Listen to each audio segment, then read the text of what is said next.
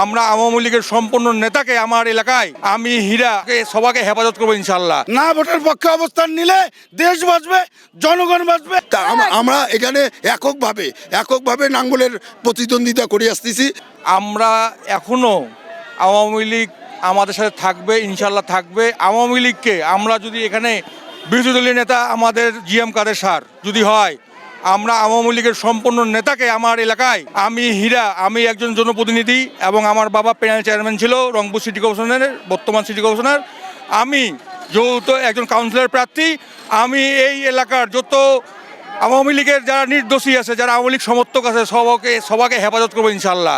এবং সকলকে সাথে নিয়ে সামনের দিনে জিএম কাদের হাতকে ইনশাল্লাহ শক্তিশালী করব। এবং আওয়ামী লীগের যত কর্মী আছে এবং যত নেতা আছে যারা নির্দোষ, তাদেরকে সর্বোচ্চ সুযোগ সুবিধা ইনশাল্লাহ আমি দেব।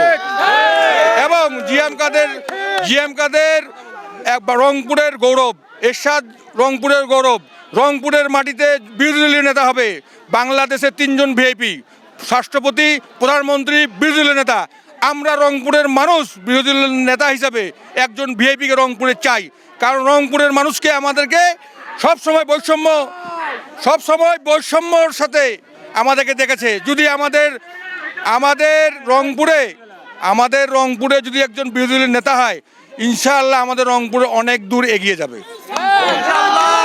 আলাদ হোসেন মোহাম্মদ এরশাদ সাহেব যখন রাষ্ট্রপতি ছিল, আমাদের রংপুরে নাঙ্গলের জোয়ার, কি বলেন?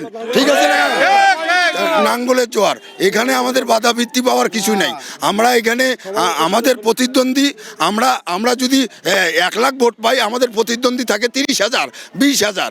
তা আমরা এখানে এককভাবে নাঙ্গলের প্রতিদ্বন্দ্বিতা করে আসতেছি।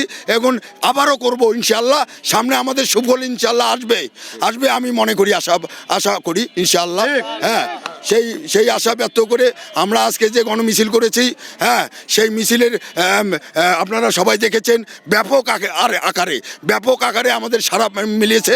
24-এ যে আন্দোলন হয়েছে, এই আন্দোলনের জাতীয় পার্টি সক্রিয় ভূমিকা পালন করেছে এবং আমাদের জাতীয় পার্টির 2 জন কর্মী নিহত হয়েছে এবং আরও 4 জন যে কারাবরণ করেছে এবং অসংখ্য নেতাকর্মী আহত হয়েছে। তারপরেও আমাদেরকে ফেসিবাদের দোসর বলা হয়। আমরা ফেসিবাদের দোসর না, আমরা হচ্ছি দেশের দোসর। আমাদেরকে দোসর বলতেছে আমাদের জাতীয় পার্টির চেয়ারম্যান পল্লীবন্ধু আলাদ হোসেন মোহাম্মদ এরশাদের স্নেহের ছোটো ভাই জনাব জিএম কাদের এই দেশকে বাঁচার জন্যে না ভোটে অবস্থান নিয়েছেন। আমি রংপুর থেকে সারা বাংলাদেশের জনগণকে অনুরোধ করব, আপনারা না ভোটের পক্ষে অবস্থান নিন। না ভোটের পক্ষে অবস্থান নিলে দেশ বাঁচবে, জনগণ বাঁচবে এবং বাংলাদেশ বাঁচবে। ধন্যবাদ।